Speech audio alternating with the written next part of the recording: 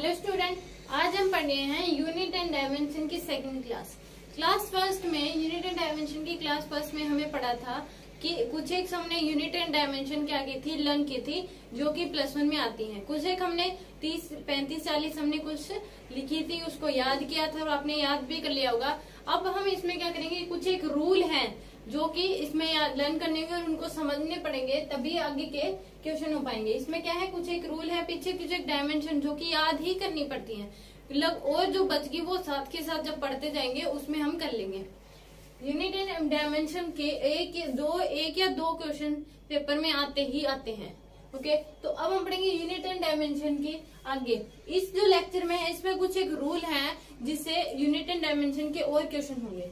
तो सबसे पहले मैं आपको बोल दूं कि 5 kg + 2 सेकेंड, क्या आंसर आएगा?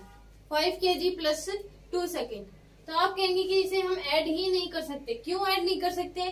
क्योंकि इनकी क्या है, ये दोनों फिजिकल क्वांटिटी, हम ये कह सकते हैं कि ये क्वांटिटी ही अलग है और इन दोनों की डायमेंशन भी क्या है, अलग है। तो इस वजह से हम इसको ऐड नहीं कर सकते। ये हमारे पास क्या है, रूल है, physical quantity of different dimension can't be added और subtract but they can multiply और डिवाइड। हम उसको मल्टीप्लाई और डिवाइड कर सकते हैं, ऐड और सब्ट्रैक्ट नहीं कर सकते। अगर मान लीजिए कि कह दिया 2 मीटर + 3 kg, इसको भी हम ऐड नहीं कर सकते, इसको भी हम ऐड नहीं कर सकते। तो इसमें के दो फिजिकल क्वांटिटी हमें कह दिया 3 kg - 2 सेकेंड। तो ये भी क्या, हम ना तो उसको हम ऐड कर सकते हैं ना उसको सब्ट्रैक्ट कर सकते हैं। तो रूल ही हमारे पास, पर उसको हम मल्टीप्लाई डिवाइड कर सकते हैं। जैसे कि फोर्स इक्वल टू क्या होता है, मास इंटू एक्सेलरेशन। फोर्स क्या होता है, मास इंटू एक्सेलरेशन, तो इसमें हम मल्टीप्लाई कर रहे हैं। और दूसरी डेंसिटी इक्वल टू क्या होता है, मास बाय वॉल्यूम। तो अगर फिजिकल क्वांटिटी उनके डिफरेंट डायमेंशन है तो उस केस में हम उसको ऐड और सब्ट्रैक्ट नहीं कर सकते, हम उनको मल्टीप्लाई और डिवाइड कर सकते हैं। यही हमारे पास क्या है, फर्स्ट रूल है, फिजिकल क्वांटिटी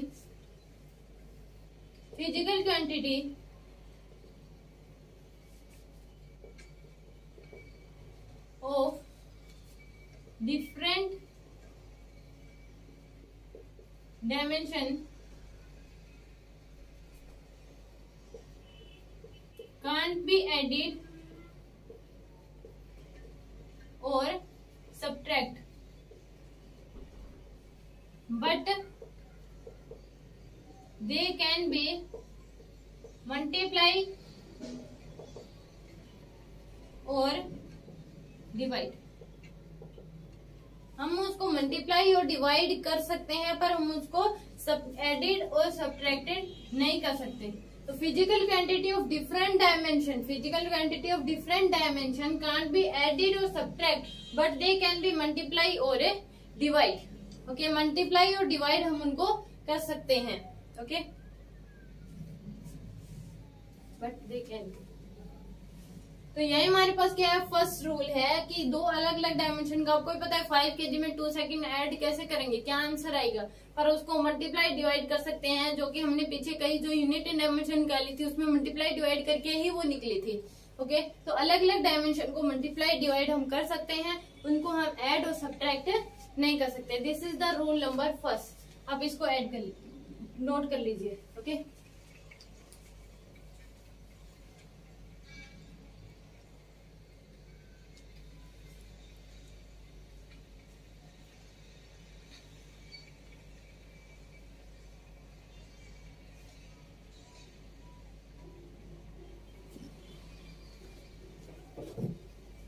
आपने इसको नोट कर लिया होगा।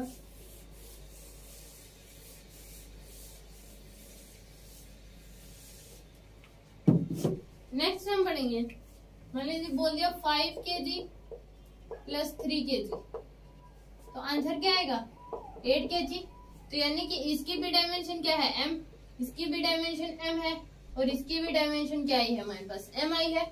तो किन्हीं दो फिजिकल क्वांटिटी जिनकी डायमेंशन क्या है, सेम जोड़ते हैं, तो जो आंसर आता है उसकी भी डायमेंशन सेम आती है। इससे ये पता लगता है कि m + m इक्वल टू क्या हो जाएगा, m आ जाएगा। m + m equal to m आ जाएगा। ये नहीं सोचना कि m + m equal to 2m आएगा, नहीं, किन्हीं दो फिजिकल क्वांटिटी को जब ऐड करते हैं, अगर किन्हीं दो फिजिकल क्वांटिटी को जब ऐड करते हैं तो जो उनकी डायमेंशन है वही क्या आती है हमारे पास, जो ऐड करने पे उसकी भी सेम डायमेंशन आती है। यहाँ पे हमारे पास ये है कि इसकी भी m थी, इसकी भी m थी, तो ऐड करने के बाद भी जो आंसर आता है उसकी डायमेंशन भी क्या ही है, m आई है। तो हमारे पास m प्लस m इसमें क्या हो सकता है, m हो सकता है। यूनिट एंड डायमेंशन में m प्लस m ही होएगा। इसका मतलब ये है कि ये मान लीजिए दो जिनकी डायमेंशन सेम है उनको ऐड करते हैं, कि जैसे कि इसकी डायमेंशन m है, इसकी भी डायमेंशन m है, तो जो ऐड करने के बाद जो आंसर आएगा उसकी डायमेंशन भी क्या होगी, m ही होगी। तो यानी कि आंसर क्या होगा, m plus m equal to m होता है। यूनिट एंड डायमेंशन में m plus m equal to m ही आएगा। ओके, मान लीजिए ये क्या दिया गया, 5 kg माइनस 2 kg, आंसर आ गया 3 kg। तो यानी कि इसकी डायमेंशन भी m है, इसकी डायमेंशन भी m है और इसकी m है, तो इसमें हम बोल सकते हैं m minus m equal to क्या आ जाएगा, m आ जाएगा। m minus m equal to क्या आएगा, m। अब ये कहेंगे m minus m equal to 0, नहीं, m minus m equal to 0, क्योंकि हमने यहाँ देखा इसकी m थी, इसकी भी m थी, और माइनस करने के बाद जो आंसर है उसकी भी क्या आ रही है, m आ रही है। फिर तो आप कहेंगे कि मान लीजिए बोल दिया 3 kg minus 3 kg equal to 0, नहीं, 3 kg minus 3 kg equal to 0 नहीं होगा, 0 kg होगा, 0 kg बोला जाएगा। 3 kg minus 3 kg equal to 0 नहीं होता, वो 0 kg होता है। तो इसकी भी यूनिट m है हमारे पास यहाँ पे, इसकी भी m है और इसकी भी क्या आ जाएगी, फिर m आ जाएगी। ओके, तो यानी कि m माइनस m क्या आ जाएगा हमारे पास, m ही आएगा। इसी प्रकार से 5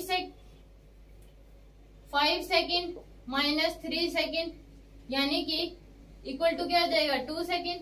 तो t माइनस टी यहाँ से क्या निकल के आता है, इक्वल टू t ही आएगा, और t plus t equal to क्या आएगा, t आएगा। ओके, कह दिया गया 3 मीटर प्लस 5 मीटर, तो क्या हो गया 8 मीटर। ये क्या लेंथ है, इसकी l है, इसकी भी l है और इसकी भी क्या है l, तो l plus l equal to क्या आ जाएगा, l आ जाएगा, और l minus l equal to भी क्या होगा, l होगा। क्योंकि इसमें क्या होता है 3 kg माइनस 3 kg 0 नहीं होता, वो 0 kg होता है।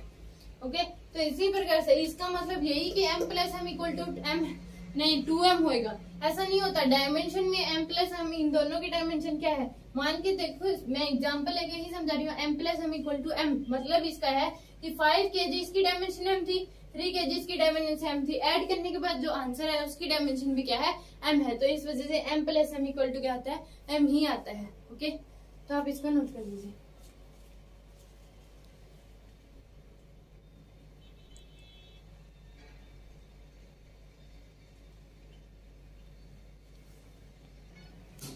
तो हमने पढ़ा, यही था हमारा रूल नंबर 2 कि m plus m equal to m होगा, m minus m equal to m होगा, t minus t equal to t, t plus t equal to t होगा, l plus l equal to l, l minus l equal to l होगा। This is the rule number 2। Rule number 1 हमने पढ़ा कि जो different dimension है, जिन physical quantities को हम add नहीं कर सकते, सब्ट्रैक्ट नहीं कर सकते, उन्हें मल्टीप्लाई और डिवाइड हम कर सकते हैं। रूल नंबर 2 यही है कि m plus m equal to क्या हो जाएगा, m हो जाएगा। किसी दो सेम क्वांटिटी को अगर हम ऐड करते हैं सेम डायमेंशन को, तो जो ऐड करने पे आंसर आता है उसकी डायमेंशन भी क्या होगी, सेम। तो ये क्या आ गया हमारे पास, m plus m equal to m, m minus m equal to m। तो ये हमारे पास रूल नंबर 2। हम पढ़ेंगे रूल नंबर 3।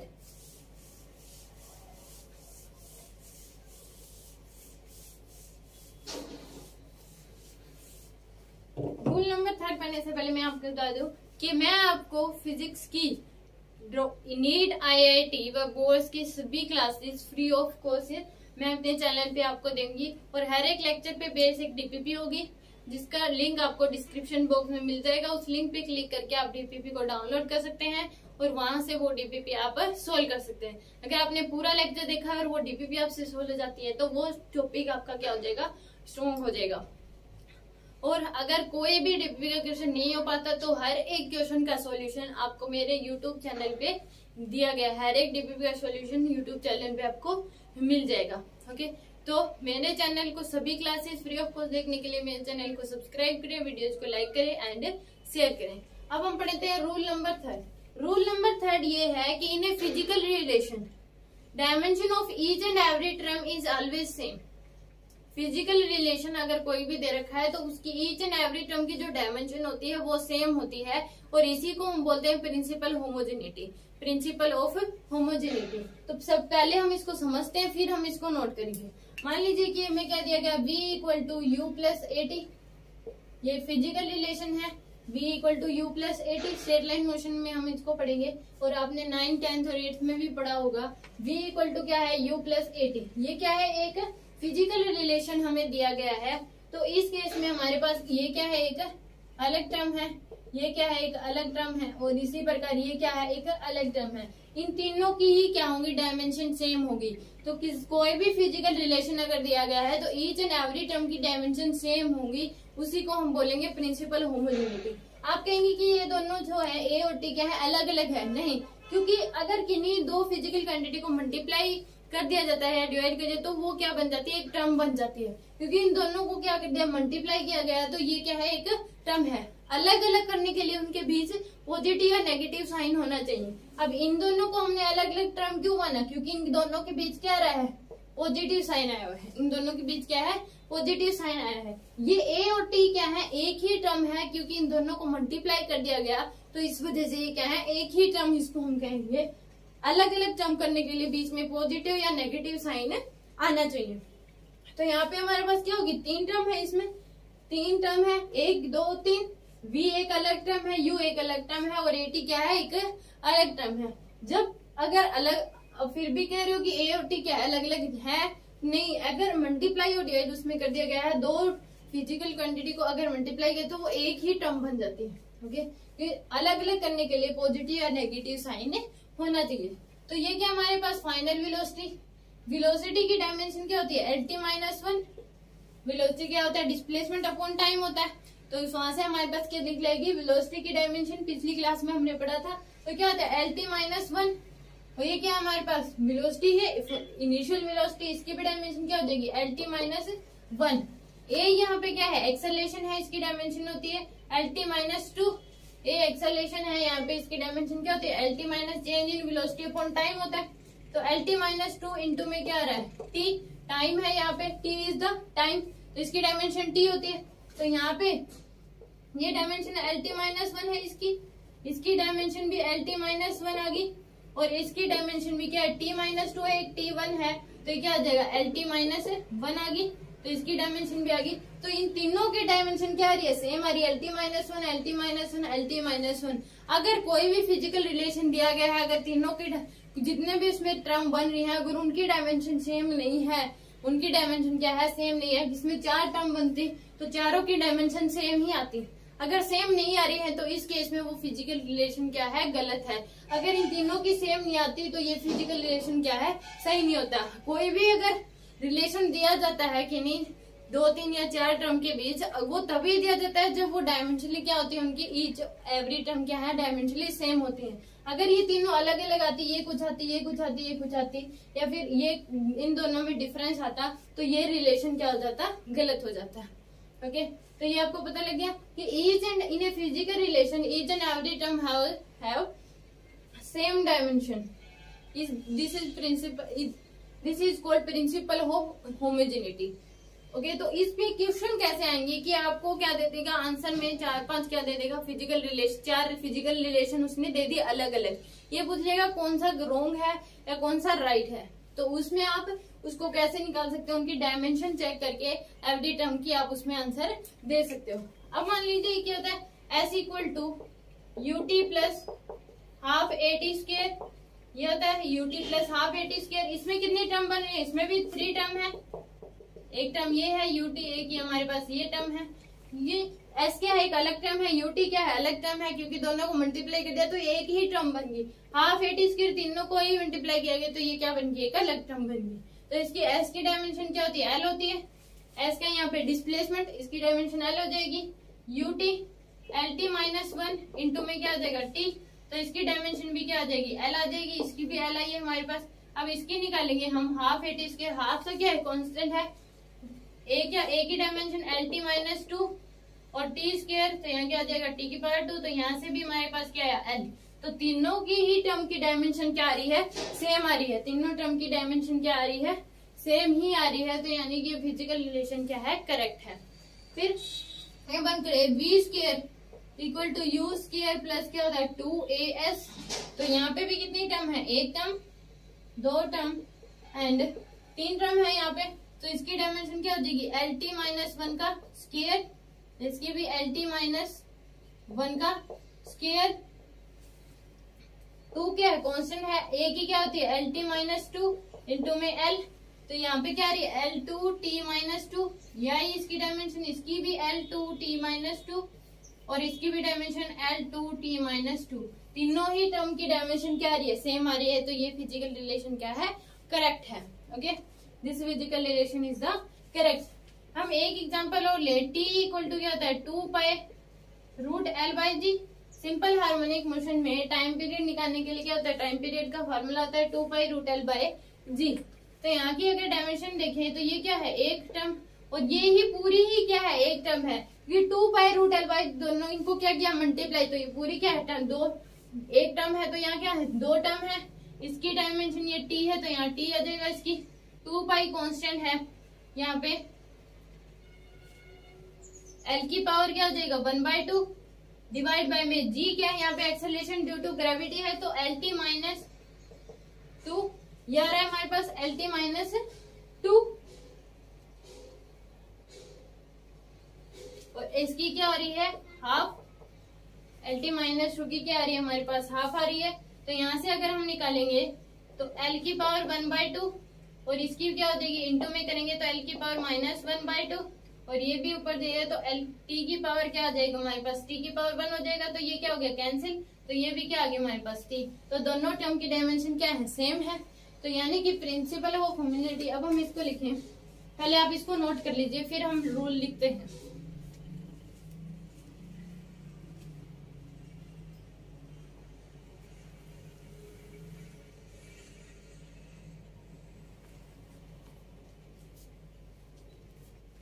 तो इस रूल से आप कोई भी आपको फिजिकल रिलेशन देता है तो उस केस में आप डायमेंशन निकाल के बता सकते हैं कि वो सही है या वो गलत है। ओके, तो आपने इसको नोट कर लिया होगा। मैं ये रब करके यहाँ पे लिख रही हूँ रूल। रूल है, in a physical relation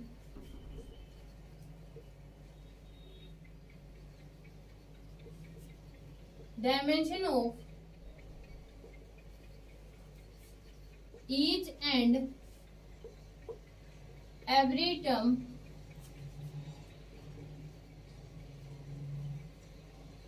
is always same. This is called principle of homogeneity. इसी को हम क्या कहते हैं, principal of homogeneity. Okay, in a physical relation dimension of each and every term is always same, this is called principal of homogeneity. ये क्या हो गया, प्रिंसिपल ऑफ होमोजेनिटी। तो इसमें क्वेश्चन इसी प्रकार के आएंगे, आपको 4 रिलेशन दे देगा, उसमें से ये पूछ लेगा गलत कौन सा है सही कौन सा है, तो आप उसमें से निकाल सकते हो। डायमेंशन ये चेक करके आप उसमें बता सकते हो कि ये रॉन्ग है और ये राइट है। ओके, आप इसको नोट कर लीजिए।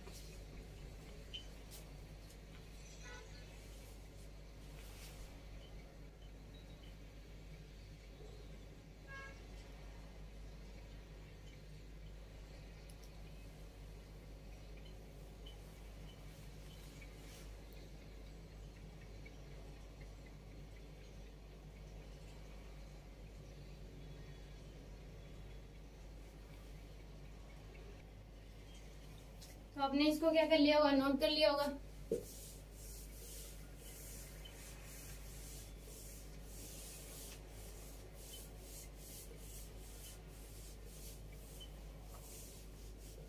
अब जो मैंने रूल बताया उसी के आधार पे हम कुछ क्वेश्चन करते हैं कि इसमें क्वेश्चन कैसे आ सकते हैं।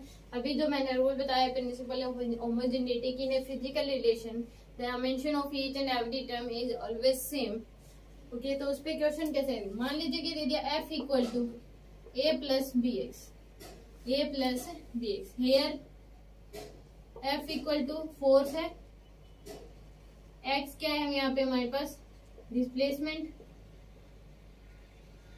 डिस्टेंस या डिस्प्लेसमेंट उसको मान सकते हैं। Find dimension of a and b, a और बी की डायमेंशन आपको बतानी है। पहले आप इसको खुद ट्राई कीजिए, जो मैंने पढ़ाया उसके बेस पे आप इसको पहले खुद ट्राई कीजिए, फिर आगे वीडियो देखिए। तो इसको हम कैसे कर सकते हैं, पहले आप ये वीडियो को पॉज करके आप खुद ट्राई कर सकते हैं। तो इसको हम कैसे करेंगे, यहाँ पे f इक्वल टू क्या है, a प्लस बी एक्स। तो यहाँ पे f क्या है, एक अलग टर्म है, a अलग टर्म है और bx क्या है, एक अलग टर्म है। तो तीन टर्म यहाँ पे होगी, तो तीनों की डायमेंशन क्या होनी चाहिए, सेम होनी चाहिए। अब हमें पता है फोर्स क्या होता है, फोर्स इक्वल टू होता है मास इंटू एक्सेलरेशन। इसकी डायमेंशन क्या होती है, m LT माइनस 2, ये होती है इसकी डायमेंशन, यानी कि फोर्स की डायमेंशन है MLT माइनस 2। याद कर लीजिए, इसके फोर्स की डायमेंशन है MLT माइनस 2।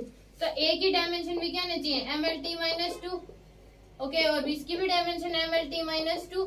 तभी तो ये क्या होगा रिलेशन, इसको हम क्या कर रहे हैं, ये नहीं कह रहे कि F equal to A plus b x है। तो हमने अभी जो पढ़ा कि dimension of each and every term is same, ये हमें फिजिकल रिलेशन दे दिया F equal to A plus b x, और डायमेंशन पूछ ली A और B की डायमेंशन क्या होगी। तो जो हमने पढ़ा, ये एक अलग टर्म है, A एक अलग टर्म है और bx क्या है, एक अलग टर्म है, यानी कि F की जो डायमेंशन है वही इन दोनों टर्म की डायमेंशन होगी।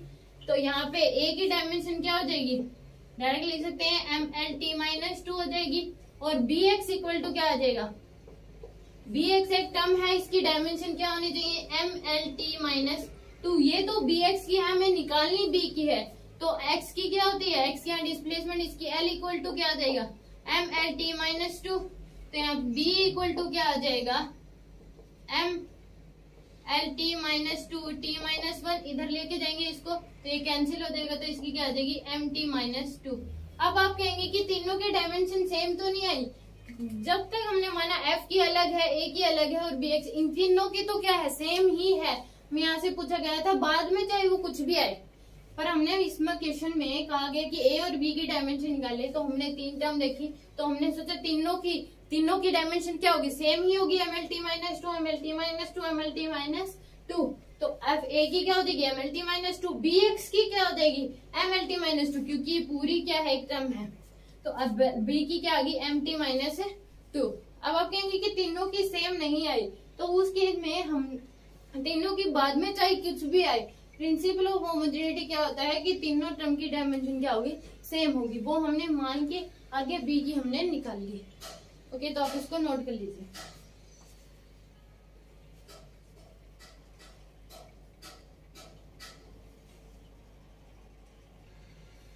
आपने इसको कर लिया होगा।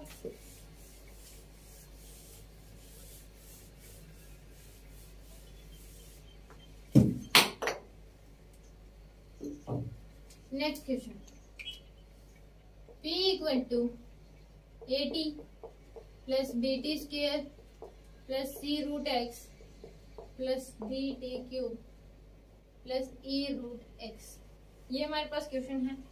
यहाँ पे P क्या है, P पावर है,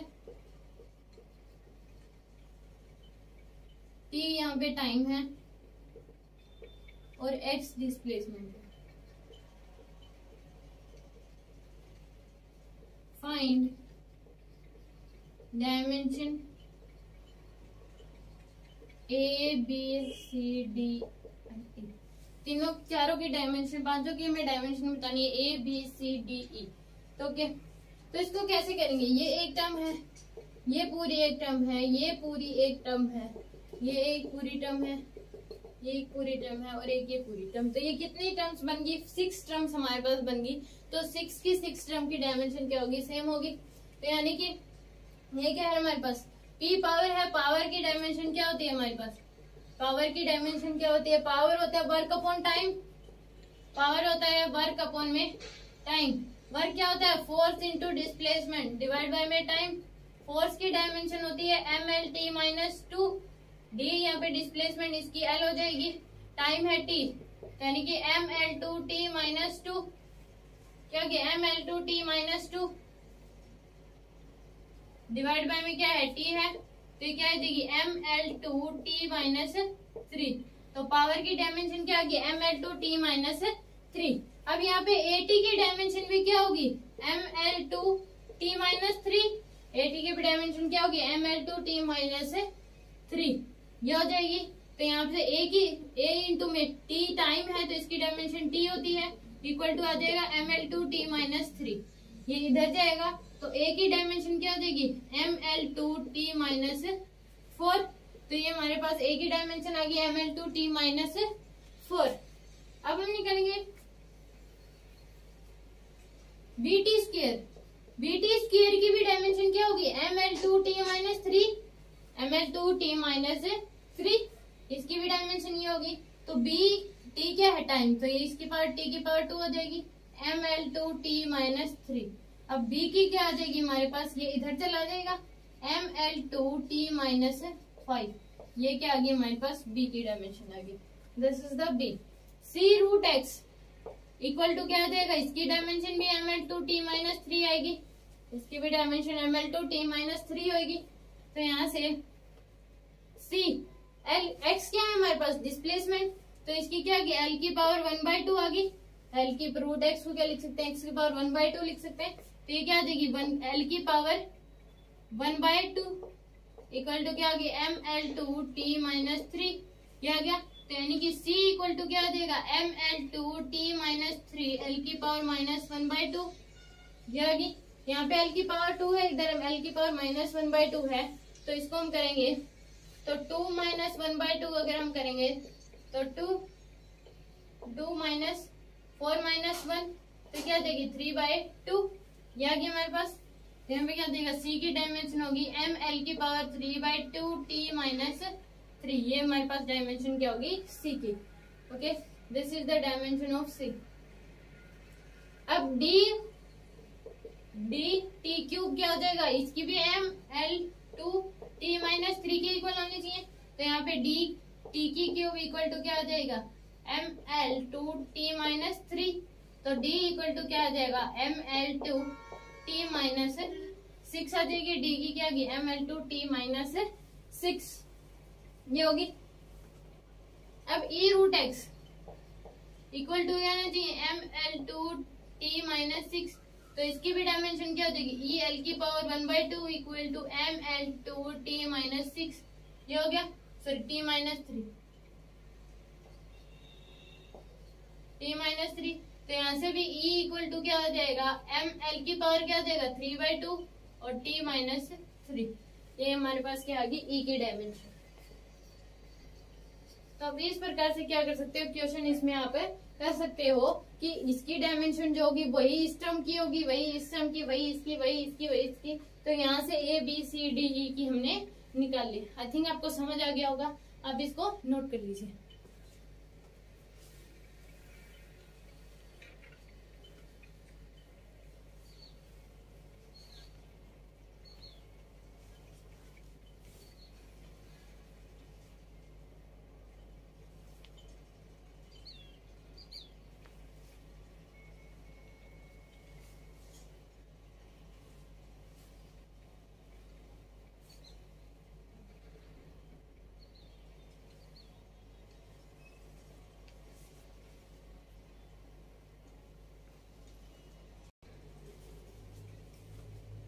ओके, तो आपने नोट कर लिया होगा ये।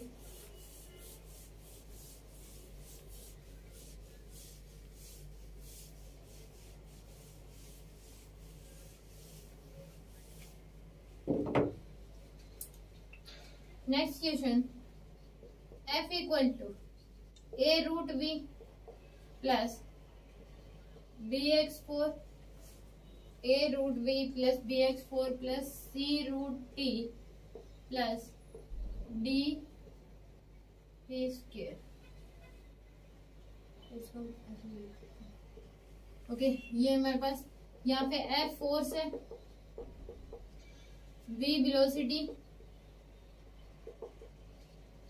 x डिस्प्लेसमेंट,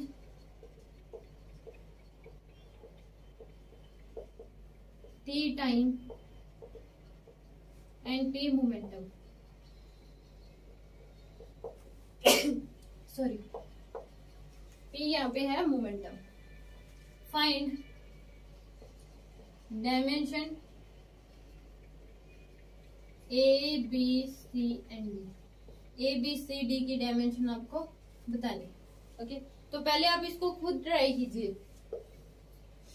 ओके, तो एफ की डायमेंशन क्या होती है, एक ये टर्म होगी यहाँ पे, एक ये टर्म होगी, एक ये, एक ये, एक ये। तो इसकी डायमेंशन MLT-2 है, तो इसकी भी डायमेंशन क्या होगी MLT-2, इसकी भी डायमेंशन MLT-2 होनी चाहिए, और इसकी भी MLT-2, और इसकी भी क्या हो जाएगी MLT-2। ओके, तो यहाँ से क्या आ रहा है हमारे पास A√B इक्वल टू क्या आ जाएगा MLT-2, A√B इक्वल टू क्या आ जाएगा MLT-2, ये आ जाएगा हमारे पास। तो यहाँ पे V की क्या होती है वेलोसिटी है, LT-1 होती है इसकी डायमेंशन, और क्या आ जाएगा इसकी 1/2 इक्वल टू MLT-2। तो A इक्वल टू क्या आ जाएगा MLT-2 इंटू में T की पावर क्या हो जाएगा हमारे पास -1 है, L की पावर -1/2 और T की पावर -1 है, और उधर जाएगी तो हमारे पास क्या हो जाएगी -3/2, T की पावर -3/2 ये आ जाएगी हमारे पास।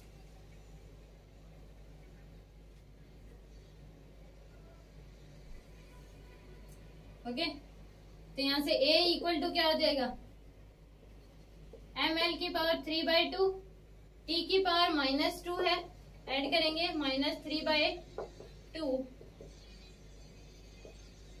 7/3 हो जाएगी, T की पावर -7/3, T की पावर क्या हो जाएगी सॉरी 5/3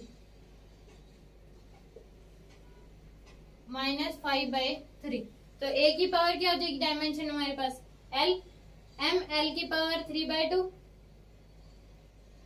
फिर 1/2 आ जाएगी, ML की पावर 1/2, T की पावर है -5/3।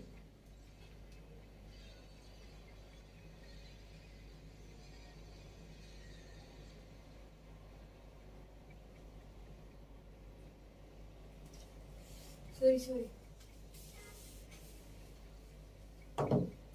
यहाँ से A इक्वल टू क्या आ जाएगा MLT-2 डिवाइड बाय में T की पावर 1/2, L की पावर 1/2 और T की पावर क्या हो जाएगी यहाँ पे -1/2, T की पावर -1/2। ओके, तो यहाँ से डायमेंशन हम निकालेंगे तो क्या आ जाएगी L की पावर क्या आ जाएगी 1/2 आ जाएगी, और T की पावर हमारे पास क्या आ जाएगी 3/2, T की पावर क्या हो जाएगी 3/2। ओके, तो ये हमारे पास डायमेंशन आ गई A की, this is the dimension of A। फिर हमें निकालिए BX की पावर 4, ये क्या आ जाएगी इक्वल टू, ये भी MLT-2 होगी, MLT-2 BX क्या है यहाँ पे डिस्प्लेसमेंट, तो BL की पावर 4 इक्वल टू क्या हो गया MLT-2, तो B इक्वल टू क्या हो जाएगा MLT-2 इंटू में L की पावर -4, तो यानी कि B इक्वल टू L-3T-2, ये हमारे पास डायमेंशन आ गई किसकी B की। अब हम निकालेंगे C√x इक्वल टू क्या हो जाएगा C√x इक्वल टू इसके भी MLT-2 होगी, तो यहाँ पे √x यानी कि CL(x) क्या है डिस्प्लेसमेंट, तो L की पावर क्या हो जाएगी 1/2 इक्वल टू MLT-2, तो यहाँ से C इक्वल टू क्या हो जाएगा MLT-2 इंटू में L-1/2, तो यानी कि C इक्वल टू L की पावर 1 है और -1/2 है, क्या आ जाएगी 1/2 और T-2, ये आ जाएगी हमारे पास किसकी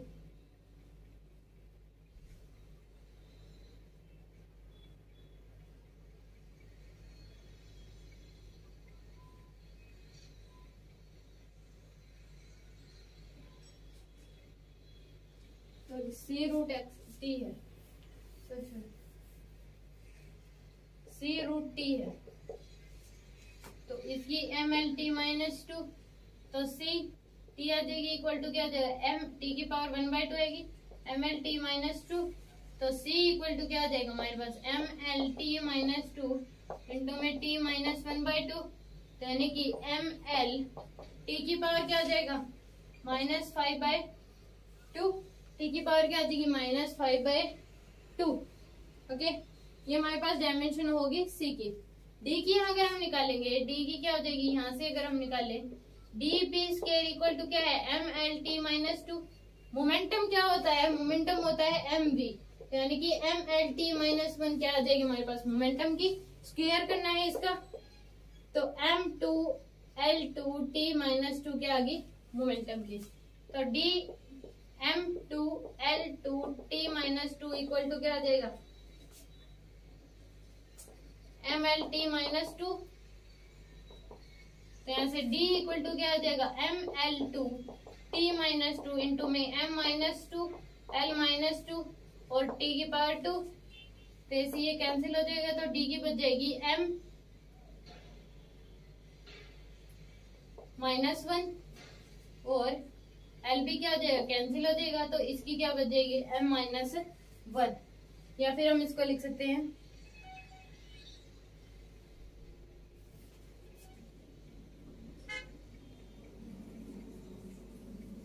MLT माइनस 2 था, तो यहाँ पे L माइनस 1 और T 0। ये हमारे पास क्या आ गया, D की M minus 1 L minus 1 T 0। I think आपको समझ आ गया होगा। ओके, तो आप इसको नोट कर लीजिए।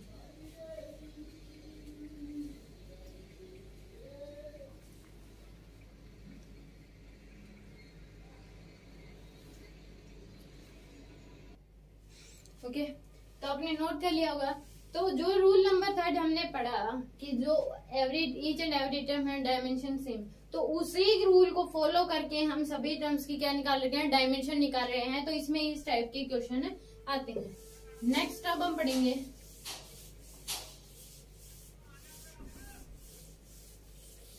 नेक्स्ट है all trigonometric function are dimensionless.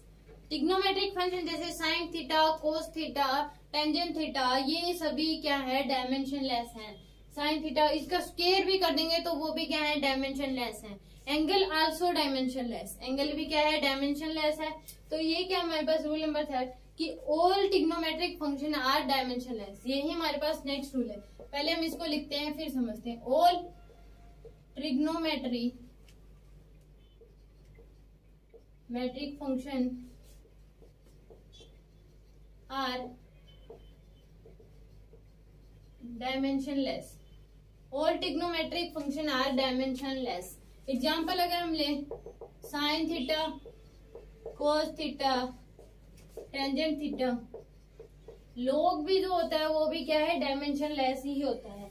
Log भी क्या होता है, डायमेंशनलेस होता है। क्योंकि जो लॉग निकालते हैं, मान लीजिए कि हमने क्या निकाला, log 2 जो हो गया वो क्या होता है, 1.414 ये आता है हमारे पास। तो ये क्या है, कांस्टेंट है, तो ये क्या होगा, डायमेंशनलेस ही होगा। तो log क्या होती है, एक मैथमेटिकल इक्वेशन ये बताती है। तो ये क्या होता है, डायमेंशनलेस होता है। साइन थीटा, कोस थीटा, ये डायमेंशनलेस क्यों है, साइन थीटा इक्वल टू क्या होता है, परपेंडिकुलर अपॉन में हाइपोटेन्यूज। तो ये भी क्या है, एक लेंथ है और ये भी क्या है, लेंथ है। तो ये क्या आती है, डायमेंशनलेस, इसलिए क्या होता है, डायमेंशनलेस। या फिर हम यहाँ पे लिख सकते हैं angle also dimensionless. Angle also dimensionless, angle भी क्या होता है, ऑल्सो डायमेंशनलेस ही होता है। एंगल ऑल्सो डायमेंशनलेस क्यों होता है कि मान लीजिए ये क्या है, दोनों का, इन दोनों के बीच थीटा है, ये ए है और ये क्या है, आर्क है जिसके बी है। तो यहाँ से थीटा इक्वल टू क्या आ जाएगा हमारे पास, थीटा अगर हम इसमें निकालेंगे तो ए बाई बी। तो ये दोनों क्या है, लेंथ का ही दो लेंथ को डिवाइड करने पे थीटा आ रहा है। तो ये भी क्या हो जाएगा, डायमेंशनलेस हो जाएगा। तो sign theta, cos theta, tangent theta, log, ये सभी ट्रिग्नोमेट्रिक फंक्शन का स्क्वायर, क्यूब अगर कुछ भी कर देंगे तो भी डायमेंशनलेस आएगा। और एंगल आल्सो डायमेंशनलेस, एंगल भी क्या है, एंगल इज ऑलवेज डायमेंशन, ये भी लिख सकते हैं। और ये भी क्या है, dimension, angle is always dimensionless. Angle भी ये क्या होता है, डायमेंशनलेस होता है। इस पे क्वेश्चन कैसे आएंगे, मान लीजिए क्वेश्चन दे दिया गया v equal to A sine BT square plus CX, ये हमें दे दिया BT स्क्वायर प्लस CX। तो इसको हम सोल्व कैसे करेंगे, v यहाँ पे वेलोसिटी दे दी, v वेलोसिटी दे दी, ओके, t टाइम और x क्या है, डिस्प्लेसमेंट, x यहाँ पे डिस्प्लेसमेंट दे दी। फाइंड करना है, find dimension A, B and C, इनकी डायमेंशन हमें निकालनी। तो इसको हम कैसे सोल्व करेंगे, तो यहाँ पे जो BT स्क्वायर प्लस CX है ये पूरा क्या है, dimensionless. BT square plus CX पूरा क्या है, डायमेंशनलेस। क्यों है, क्योंकि अभी हमने पढ़ा angle is always dimensionless. Angle क्या होता है, हमेशा डायमेंशन लेस होता है। तो बी टी स्क्वायर प्लस सी एक्स, ये पूरी टर्म क्या होगी, डायमेंशन लेस होगी। और यहाँ पे साइन थीटा को अगर इसमें मिला ले तो ये भी क्या हो जाएगी, साइन के साथ भी ये पूरी जो टर्म है वो भी क्या होगी, डायमेंशन लेस होगी। तो ये पूरी टर्म डायमेंशन लेस होगी और बी टी स्क्वायर प्लस सी एक्स ये भी डायमेंशन लेस है। तो हमारे पास ये पूरी की पूरी क्या होगी, डायमेंशन लेस, क्योंकि हमने पढ़ा अभी angle is also dimensionless. Sine ये क्या हो गया, थीटा हो गया। अगर इसको मान ले तो ये थीटा है हमारे पास, साइन थीटा। तो थीटा की वैल्यू क्या दे रखी है, बी टी स्क्वायर प्लस सी एक्स। तो ये पूरी की पूरी क्या होगी, डायमेंशन लेस होगी। और साइन भी क्या होगा हमारे पास, डायमेंशन लेस। यानी कि बी टी स्क्वायर प्लस सी एक्स ये भी डायमेंशन लेस है और साइन के साथ भी मिला ले तो साइन भी क्या है, डायमेंशन लेस है। तो यहाँ पे एक ही तो क्या होगी, सीधी सीधी निकलाएगी, एक ही डायमेंशन क्या हो जाएगी, सीधी लिखनेगी। और यहाँ पे मैं बता दूं बी टी स्क्वायर अलग से अगर देखिए तो ये भी डायमेंशन लेस है, सी एक्स भी अगर हम देखें तो ये भी डायमेंशन है। क्योंकि अगर दो चीजों का ऐड किया गया है, अगर दो चीजों का ऐड करने पे जो टर्म आ रही है वो डायमेंशन लेस है तो इंडिविजुअली भी वो क्या होंगे, डायमेंशन लेस होंगे। तभी ऐड करने पे जो आंसर आ रहा है वो डायमेंशन लेस है। इंडिविजुअली अगर वो डायमेंशन लेस है, ऐड करने पे डायमेंशन लेस आ रहा है तो इंडिविजुअली भी वो डायमेंशन लेस ही होंगे। क्योंकि पूरी की पूरी अगर डायमेंशन लेस है तो इंडिविजुअली भी ये क्या है, डायमेंशन लेस ही होंगे। तभी आंसर डायमेंशन लेस आ रहा है, ऐड करने पे तभी क्या है, ये डायमेंशन लेस। इंडिविजुअली भी ये क्या होंगे, डायमेंशन लेस होंगे। तो यहाँ से ए की तो हम डायरेक्ट निकाल सकते हैं, बी वेलोसिटी है तो ए इक्वल टू ए की क्या आ जाएगी, बी के इक्वल आ जाएगी। यानी कि ए की आ जाएगी एल टी माइनस 1। ए की तो हम यहाँ पे निकालना क्या है, आसान है। ए की क्या आ जाएगी, एल टी माइनस 1। हम यहाँ पे B T square equal to 1 put कर लेंगे, क्योंकि यहाँ पे वैसे तो पुट करते हैं m0 l0 t0 ये पुट करेंगे हम, बट किसी अननोन की डायमेंशन निकालने के लिए इक्वल टू हम 1 पुट कर सकते हैं। तो यहाँ पे हमने 1 पुट करा तो बी टी टाइम है तो टी की पावर क्या आ गया, 2 इक्वल टू 1 हो गया। क्योंकि ये डायमेंशन लेस है, बी टी स्क्वायर अकेला भी डायमेंशन लेस, सी एक्स भी अकेला डायमेंशन लेस है। क्योंकि ऐड किया है तो ऐड करने पे ये पूरी टर्म डायमेंशन लेस आ रही है, तभी आ रही है जब इंडिविजुअली भी ये डायमेंशन लेस है, इंडिविजुअली भी ये डायमेंशन लेस है। तो बी की क्या आ जाएगी हमारे पास, t माइनस 2। बी की डायमेंशन क्या आ जाएगी, t माइनस 2। बी हमने निकाले, c x equal to also equal to क्या हो जाएगा, 1 हो जाएगा। तो सी एक्स क्या है, डिस्प्लेसमेंट इसकी डायमेंशन एल होती है, इक्वल टू 1। तो सी इक्वल टू क्या आ जाएगा, एल माइनस 1। सी की क्या आ गई हमारे पास, एल माइनस 1। तो इसे प्रूव होता है कि all trigonometric function are dimensionless. इसको मान के जो क्वेश्चन आते हैं वो किस टाइप के आते हैं, तो इस प्रकार से क्वेश्चन इसमें आते हैं। एंगल भी ऑल्सो डायमेंशन लेस, हमेशा एंगल भी डायमेंशन लेस होता है। और क्यों होता है ये भी मैंने आपको बता दिया। ओके, तो आप इसको नोट कर लीजिए।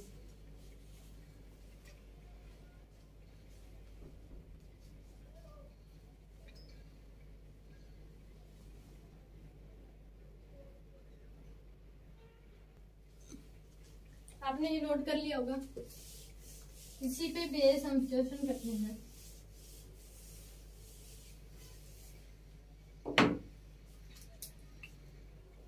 इसी पे बेस अगर हम क्वेश्चन करें, f equal to A x square cos A B T square plus B C root x. Okay, यहाँ पे f इक्वल टू फोर्स है, x equal to displacement and t क्या है, टाइम। फाइंड करना है, to find dimension A B and C. A B C की dimension हमें बतानी है। तो इस केस में ये हमारे पास डायमेंशन लेस है और ये पूरा भी क्या है, डायमेंशन लेस है। पूरा भी क्या हो जाएगा, ये डायमेंशन लेस हो जाएगा। ओके, तो यहाँ पे f इक्वल टू क्या आ गया हमारे पास, a x square. f equal to क्या आ गया, ए एक्स स्क्र। f की डायमेंशन फोर्स है, एम एल टी माइनस 2 होती है, equal to A x displacement है तो इसकी l की पावर क्या आ जाएगी, 2 आ जाएगी। तो यहाँ से a की डायमेंशन अगर हम निकालेंगे तो M L T minus 2 into L की माइनस 2। तो a इक्वल टू क्या आ जाएगा, M L minus 1 T minus 2। ये क्या आ गई, डायमेंशन ऑफ a। डायमेंशन है a की क्या आ गई हमारे पास, M L minus 1 T minus 2। ये डायमेंशन ए की डायमेंशन आ गई। अब a B T square equal to 1 put कर सकते हैं हम, A B T square equal to 1 यहाँ से निकालेंगे तो A B T square equal to क्या क्या आ जाएगा 1, क्योंकि ये इंडिविजुअल भी क्या है डायमेंशन लेस, तभी तो ऐड करने पे डायमेंशन लेस आ रहे हैं। इंडिविजुअल भी डायमेंशन लेस होंगे तभी ऐड करने पे क्या आ रहे हैं, डायमेंशन लेस आ रहे हैं। ओके, तो A B T square equal to क्या आ जाएगा 1 आ जाएगा। अब किसी माइंड में किसी बच्चों के क्वेश्चन आता है कि A B T square equal to B C root x, हम अगर इक्वल पुट कर सकते हैं वो हम कर सकते हैं, क्योंकि A B T square equal to 1 है और हमें पता है कि यहाँ से B C root x equal to भी क्या है 1। अगर राइट हैंड साइड दोनों की इक्वल है तो लेफ्ट हैंड साइड भी इक्वल हो जाएंगे, पर यहाँ पे हमें बी की डायमेंशन नहीं पता, सी की भी डायमेंशन नहीं पता। अगर हमें बी की अगर एक की पता लग जाएगी तो तीसरे की हम निकाल सकते हैं, तो उस केस में हम इसको पुट कर सकते हैं, क्योंकि 2 अननोन हो गए। अगर 2 अननोन है उन्हें दोनों को इक्वल पुट कर रहे हैं तो एक की भी नहीं निकाल सकते हम उस केस में। ओके, तो यहाँ से A B T square equal to 1 आ गया। ए की डायमेंशन है M L minus 1 T minus 2 और बी और इंटू में टी की पावर 2 इक्वल टू क्या आ गया 1 आ गया। तो यहाँ से बी की निकालेंगे तो बी इक्वल टू क्या आ जाएगा, यहाँ पे M L L minus 1 T minus 2 है तो टी की क्या आ जाएगी 0 इंटू में बी इक्वल टू क्या रहा 1, तो बी इक्वल टू क्या आ जाएगा एम माइनस 1 एल टी 0। ये हमारे पास डायमेंशन क्या आ गई, बी की डायमेंशन आ गई। अब सी की अगर हम निकालेंगे, सी की यहाँ पे करें B C root x equal to क्या आ जाएगा 1 आ जाएगा। B C root x equal to 1, B की हमने निकाली एम माइनस 1 एल इंटू में सी और ये क्या आ जाएगी एल, एल की पावर 1/2 इक्वल टू क्या आ रहा है 1। ओके, ये एल है हमारे पास, ये सी, तो यहाँ पे एल की 1 है, यहाँ पे एल की 1/2 है, तो ये क्या आ जाएगी एम माइनस 1 एल की पावर 3/2 और इंटू में सी इक्वल टू क्या आ गया 1 आ गया। तो सी इक्वल टू क्या आ जाएगा एम एल की पावर माइनस 3/2। ये क्या आ गई डायमेंशन सी की, ए बी सी की, हमने तीनों की डायमेंशन निकाली। तो इस टाइप के क्वेश्चन आप कर सकते हैं। ओके, तो आप इसको नोट कर लीजिए।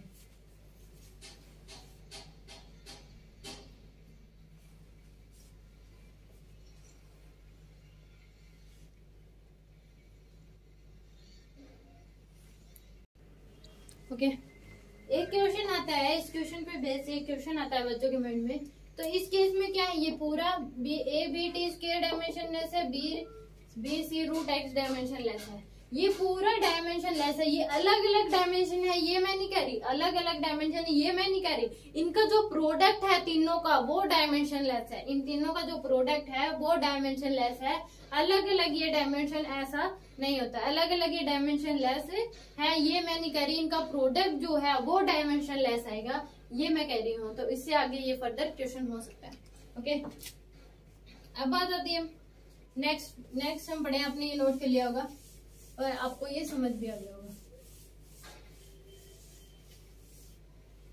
नेक्स्ट रूल है हमारे पास, power of exponent is always dimensionless. Power of exponent is always dimensionless. Power of exponent is always dimensionless. यहाँ पे एग्जाम्पल अगर लें a2 की पावर x, a2 की पावर x, तो यहाँ पे जो x है x is dimensionless, x जो है वो क्या है डायमेंशनलेस है। Here x is dimensionless और ये पूरी की पूरी भी क्या है डायमेंशन लेस है, पूरी की पूरी भी क्या है डायमेंशन लेस है, क्योंकि यहाँ e इक्वल टू ई क्या है कांस्टेंट होता है, जो आगे हम पढ़ेंगे। ये एक एक्सपोनेंट है, इसकी वैल्यू होती है 2.71, हम इतना ही लिखते हैं 2.71, बस इसकी पूरी वैल्यू होती है 2.718। ये क्या होती है इसकी पूरी वैल्यू होती है। ओके, ई की ये क्या होती है पूरी वैल्यू होती है। अगर x हमारे पास डायमेंशन लेस है तो e की पावर में कुछ भी होगा वो क्या हो जाएगा डायमेंशन लेस हो जाएगा, और पूरा का पूरा भी क्या होगा डायमेंशन लेस होगा, क्योंकि किसी नंबर की अगर पावर है वो नंबर ही होगी। किसी नंबर की पावर क्या हो सकते हैं नंबर ही हो सकते हैं, हम उसको अगर हमने 2 की पावर 2 kg हम नहीं लगा सकते। ओके, तो इसी प्रकार ये पूरी क्या है डायमेंशन लेस है। इस पे क्वेश्चन कैसे आ सकते हैं, क्वेश्चन जो आएंगे, मान लीजिए हमें क्या दे दिया v इक्वल टू दे दिया ए ई की पावर बी टी स्क्वायर, ए ई की पावर बी टी स्क्वायर, ये हमें दे दिया गया। ए की power a equal v equal to दे दिया ए ई की power b T square. Okay, तो यहाँ पे जो बीटी स्क्वायर है ये क्या है, डायमेंशन लेस है। बीटी स्क्वायर क्या है, डायमेंशन लेस है। और ये पूरी की पूरी टर्म भी क्या होगी, फिर डायमेंशन लेस हो जाएगी। पूरी की पूरी टर्म भी क्या होगी, यहाँ पे डायमेंशन लेस होगी। ओके, पूरी की पूरी यूनिट भी क्या हो जाएगी, डायमेंशन लेस, क्योंकि किसी कांस्टेंट नंबर, कोई भी नंबर है उसकी पावर क्या होती है, नंबर ही होती है। तो यहाँ पे ये पूरी बीटी स्क्वायर अलग से भी डायमेंशन लेस है और ये पूरी की पूरी भी क्या है, डायमेंशन लेस है। तो यहाँ से हम निकाल सकते हैं, यहाँ पे v क्या दे रखा है, v वेलोसिटी है, और t यहाँ पे टाइम दे रखा है। हमें डायमेंशन निकालनी है, find dimension a and b। a और b की हमें डायमेंशन यहाँ पे निकालनी है। ओके, तो यहाँ पे बीटी स्क्वायर अगर डायमेंशन लेस है तो ई भी क्या हो जाएगा, डायमेंशन लेस। बीटी स्क्वायर अलग से भी डायमेंशन लेस है और पूरी की पूरी भी क्या है, ये डायमेंशन लेस है। ओके, तो ई के पावर में कुछ भी होगा वो क्या होगा, डायमेंशन लेस होगा, क्योंकि ई क्या है, एक नंबर है, खुद कांस्टेंट है, तो उसकी पावर क्या हो सकती है, जो पावर में होगा वो भी क्या होगा, कांस्टेंट होगा, यानी कि डायमेंशन लेस होगा। तो यहाँ से ए की तो क्या हो जाएगी, डायरेक्ट निकलेगी, ए इक्वल टू क्या हो जाएगा, बी के। तो यानी बी क्या है, वेलोसिटी, तो L T minus one equal to क्या आ गया, ए।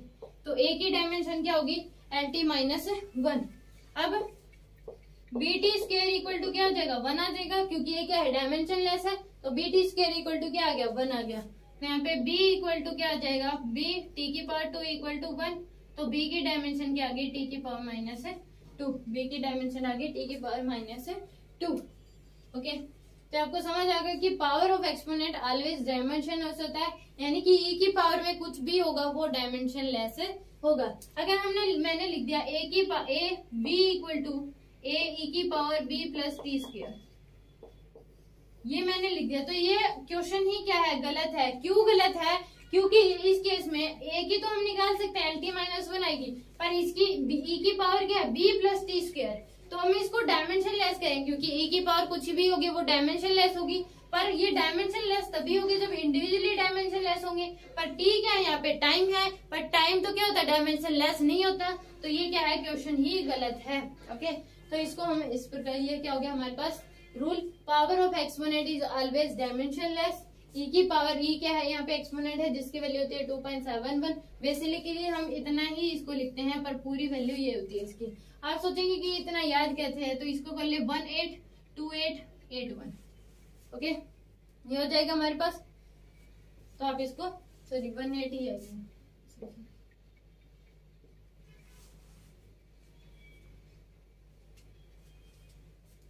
182818। ओके, तो आप इसको नोट कर लीजिए।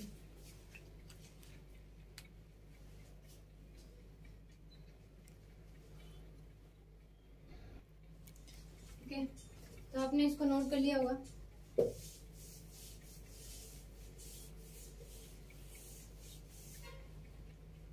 तो अब तक जो हमने क्वेश्चन करे उनकी जो डायमेंशन आ रही थी वो क्या आ रही थी हमारे पास, अब तक जितने भी क्वेश्चन किए उनकी जो डायमेंशन है वो हमारे पास मास लेंथ टाइम की फॉर्म में आती है, MLT MLT MLT MLT इनकी फॉर्म में आ रही थी हमारे पास। कि जैसे कि एनर्जी की ML2T-2, फोर्स की MLT-2। अब हमें क्वेश्चन में क्या कह दिया जाए कि फोर्स, एक्सेलरेशन और टाइम को क्या मान लीजिए, फंडामेंटल मान लीजिए। फोर्स, एक्सेलरेशन और टाइम को फंडामेंटल मान के एनर्जी की डायमेंशन निकालिए। क्या बोल दे कि फोर्स, एक्सेलरेशन और टाइम को फंडामेंटल मान के एनर्जी की निकालिए। तो आप कहेंगे एनर्जी की होती है ML2T-2। वो तब आई थी जब मास, लेंथ और टाइम क्या थी, फंडामेंटल थी। मास, लेंथ और टाइम को फंडामेंटल मान के अभी तक हमने सारे क्वेश्चन किए थे, तभी MLT की फॉर्म में हमारे पास क्या आ रही थी, डायमेंशन आ रही थी। बट अब क्वेश्चन कैसे आ जाए कि फोर्स, एक्सेलरेशन और टाइम को फंडामेंटल मान के एनर्जी की निकालिए, तो हम कैसे निकालेंगे। फोर्स, एक्सेलरेशन और टाइम को मान के आप एनर्जी की डायमेंशन निकालिए, तो हम कैसे निकालेंगे। मान लीजिए क्वेश्चन क्या दे दिया, फोर्स, एक्सेलरेशन, टाइम, ये क्या है क्वेश्चन है, ये हमारे पास दे दी फंडामेंटल, इनको फंडामेंटल मान लिया। ओके, तो फाइंड करना है, to find dimension of energy. Energy की डायमेंशन अब बतानी है। तो अब जो एनर्जी की डायमेंशन आएगी वो FAT की फॉर्म में आएगी। अब जो एनर्जी की डायमेंशन आएगी वो FAT की फॉर्म में आएगी। अगर इसमें ML जब आ गया, M और L आ गया तो क्या होगा, गलत होगा, क्योंकि फोर्स, एक्सेलरेशन और टाइम अब फंडामेंटल है। क्योंकि अब मास और एक्सेलरेशन, मास, लेंथ और टाइम क्या है, फंडामेंटल नहीं है। अब क्या है, फोर्स, एक्सेलरेशन और टाइम फंडामेंटल है, ना कि मास और लेंथ फंडामेंटल हम मान रहे हैं। इसने क्वेश्चन में कहा है फोर्स, एक्सेलरेशन और टाइम को फंडामेंटल मान के एनर्जी की डायमेंशन निकालिए। तो जो अब एनर्जी की डायमेंशन आएगी वो FAT की पावर की फॉर्म में आएगी। ओके, तो हम इस प्रकार के क्वेश्चन को कैसे करें। अब तक जो हमने किया था वो हमने मास, लेंथ और टाइम को फंडामेंटल मान के किया था। अब तक जो क्वेश्चन किए थे मास, लेंथ और टाइम को फंडामेंटल मान के किए थे, तो तभी सभी के सभी ML और T की फॉर्म में डायमेंशन आ रही थी हमारे पास। पर अब क्वेश्चन में कहा है कि फोर्स, एक्सेलरेशन और टाइम को फंडामेंटल मान के एनर्जी की डायमेंशन निकालिए। अगर हम ऐसे ही मानते रहे कि फोर्स, एक्सेलरेशन और टाइम को फंडामेंटल मान लिया तो जो सभी क्वेश्चन आएंगे वो FAT की फॉर्म में आएंगे। ओके, तो इसमें कुछ भी आ सकता है। एनर्जी की डायमेंशन F की 4 आ सकता है, F की पावर 4, A की पावर 2, T की पावर 1, ऐसे कुछ आएगी अब, न कि ML की फॉर्म में आएगी। तो इसको, इस प्रकार के क्वेश्चन को हम कैसे करेंगे। तो यहाँ पे E इक्वल टू क्या हो जाएगा, F की पावर कुछ मान लिया X, A की पावर Y और T की पावर क्या मान लिया हमने यहाँ पे, T की पावर Z। T की पावर क्या मान लिया हमने यहाँ पे, T की पावर Z। ओके, तो अब यहाँ पे E इक्वल टू क्या हो गया, F की पावर X, A की पावर Y और T की पावर Z। अब हमें X, Y, Z की वैल्यू निकालनी है। ओके, X, Y, Z की वैल्यू निकालनी है। तो यहाँ पे एनर्जी की क्या होती है, MLT माइनस ML2T माइनस 2, ये होती है यहाँ पे MLT माइनस 2। अब F की क्या होती है, MLT माइनस 2, इसकी पावर क्या होती है X, A क्या था एक्सेलरेशन, LT माइनस 2 की पावर Y और T क्या है यहाँ पे टाइम, T की पावर Z। ये आ जाएगी हमारे पास। यानी कि यहाँ पे force, acceleration, time, these are the fundamental quantity to find dimension of energy. तो हमने E इक्वल टू माना F की पावर X, A की पावर Y, T की पावर Z।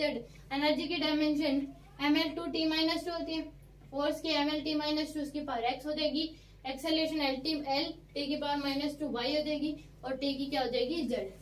यहाँ पे ML2T minus 2 equal to M की पावर क्या है X, L की पावर X, T की पावर माइनस 2X, L की पावर Y, T की पावर माइनस 2Y और T की पावर Z। तो यहाँ से ML2T minus 2 equal to M, यहाँ पे M की पावर X हो जाएगी, L की पावर क्या हो जाएगी X और L की पावर Y, तो L की पावर X प्लस Y और T की पावर हो जाएगी minus 2X minus 2Y plus Z। Okay, तो अब यहाँ पे देखें, अब लेफ्ट हैंड साइड और राइट हैंड साइड को पुट करें तो यहाँ M की पावर X है, M की पावर 1 है, तो X इक्वल टू क्या हो गया, 1 आ गया। X इक्वल टू क्या हो जाएगा, 1 आ जाएगा। तो X की पावर तो हमारे पास निकल गई। अब X प्लस Y, यहाँ पे L की पावर राइट हैंड साइड में L की पावर X प्लस Y और लेफ्ट हैंड साइड में है L की पावर 2, तो X plus Y equal to क्या हो जाएगा, 2 हो जाएगा। तो यहाँ पे X हमने 1 निकाला प्लस Y इक्वल टू क्या हो गया 2, तो Y इक्वल टू भी क्या आ जाएगा, 1 आ जाएगा। Y इक्वल टू क्या आ जाएगा, 1 आ जाएगा। तो इस प्रकार से क्वेश्चन आते हैं कि फोर्स, एक्सेलरेशन, टाइम को फंडामेंटल मान के किसी की भी यूनिट आपसे डायमेंशन पूछ लेगा तो वो क्वेश्चन हम कैसे करेंगे, वो उसका ये पैटर्न है। यहाँ पे आगे x और y की हमने निकाली minus 2x plus minus 2y plus z equal to क्या हो जाएगा, -2 इक्वल टू हो गया -2। तो यहाँ से हम निकालेंगे -2x की, -2 इंटू एक्स की हमने निकाली 1, -2y की हमने निकाली 1 प्लस z इक्वल टू क्या हो जाएगा -2। तो -2 क्या हो जाएगा -4 plus z equal to -2। z equal to क्या आ गया -2 प्लस 4, यानी कि z इक्वल टू क्या आ गया 2 आ गया। अब x y और z की हमने क्या निकाली, वैल्यू निकाली x y z। तो E की डायमेंशन, एनर्जी की डायमेंशन क्या हो जाएगी, अब x f की पावर 1, a की पावर 1 एंड t की पावर क्या हो जाएगी 2। ये क्या होगी, अब डायमेंशन होगी FAT की फॉर्म में। ओके, तो आपको समझ आ गया होगा आई थिंक। आप इसको नोट कर लीजिए, एक क्वेश्चन नोट करते हैं।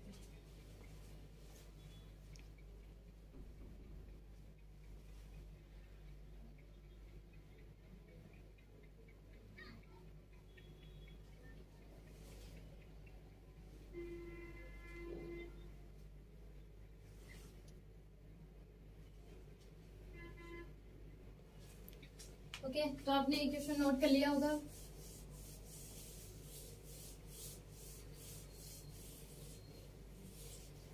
अब क्या कह दिया क्वेश्चन में, जो फंडामेंटल है वो आप मान ली force, work and velocity. Force, work और वेलोसिटी को फंडामेंटल मान के फाइंड डायमेंशन ऑफ टी, यानी find dimension of time. Time की डायमेंशन हमें निकालनी है, क्या होगी।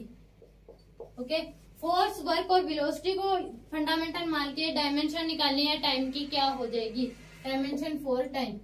ओके, तो इसको हम कैसे करेंगे, तो यहाँ पे हमारे पास t इक्वल टू क्या आ जाएगा, t हमारे पास क्या है टाइम, t इक्वल टू आ जाएगा f की पावर x, f की पावर x मान ली, w की पावर x और v की पावर क्या होगी, सॉरी y, और v की पावर z।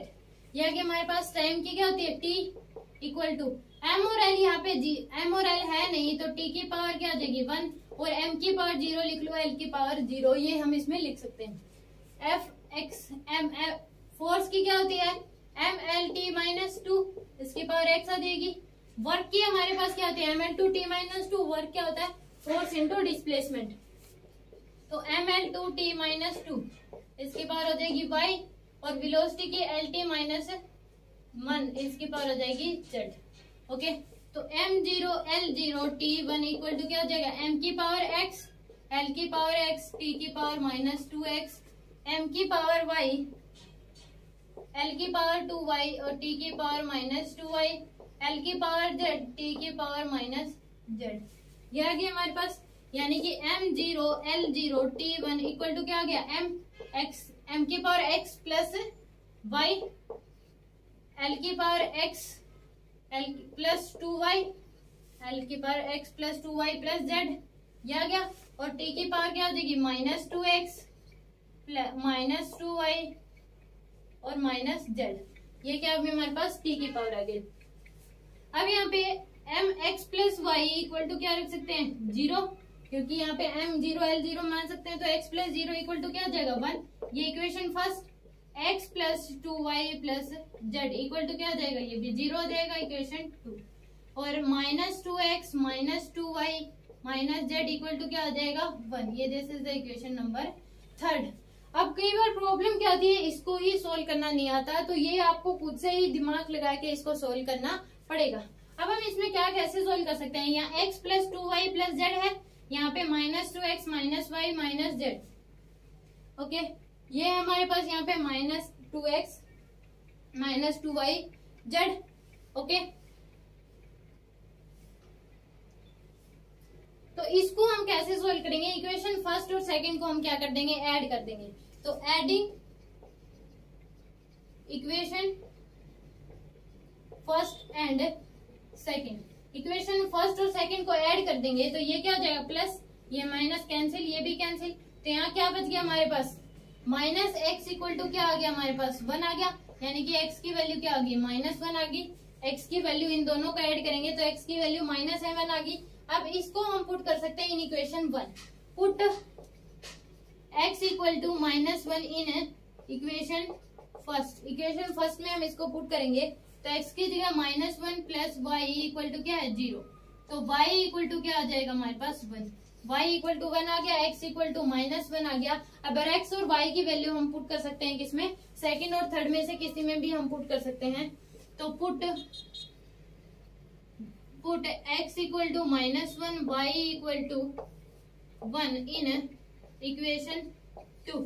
इक्वेशन 2 में हम पुट करें x क्या है माइनस 1 प्लस 2 इंटू वाई 1 है प्लस z इक्वल टू क्या आ गया 0 equal to 0, minus 1 plus 2 plus z equal to 0, तो ये क्या रहा है z इक्वल टू क्या आ जाएगा माइनस 1, z इक्वल टू क्या रहा है माइनस 1। तो यहाँ पे टाइम की डायमेंशन क्या आ जाएगी t equal to F X W Y V Z था, तो t इक्वल टू क्या आ गया f की पावर x क्या है माइनस 1, y क्या है हमारे पास 1 और z क्या है माइनस 1, तो ये क्या होगी डायमेंशन होगी एफ डब्ल्यू वी की फॉर्म में टाइम की डायमेंशन हमारे पास आ गई। तो this is the question, I think आपको समझ आ गया होगा। ओके, तो इस प्रकार से हमारी यूनिट एंड डायमेंशन क्या हो गया कंप्लीट हमने कर लिया, यूनिट एंड डायमेंशन कंप्लीट हो गया। आई थिंक आपको समझ भी आ गया होगा। आप इस पूरे लेक्चर को सुनिए, इसकी डीपीपी सॉल्व करिए। कुछ भी अगर आपको किसी भी क्वेश्चन में डाउट आता है तो हर एक क्वेश्चन का सॉल्यूशन आपको यूट्यूब चैनल पे दिया गया है, और डीपीपी का जो लिंक है वो डिस्क्रिप्शन बॉक्स में आपको मिल जाएगा। वहां से डिस्क्रिप्शन बॉक्स पे क्लिक करके आप डीपीपी को डाउनलोड कर सकते हैं, उसको सोल्व कर सकते हैं। कि भी किसी की भी क्वेश्चन सोल्व नहीं हो रहा तो वहाँ उस क्वेश्चन को आप यूट्यूब चैनल पे डालिए। हमारे यूट्यूब चैनल पे सभी क्वेश्चंस के सॉल्यूशन दिए गए हैं। ओके, वहां से आप डीपीपी सोल्व कर सकते हैं। और सभी लेक्चर फ्री ऑफ कॉस्ट देखने के लिए मेरे चैनल को सब्सक्राइब करें, वीडियोस को लाइक करें एंड शेयर करें। Thank you.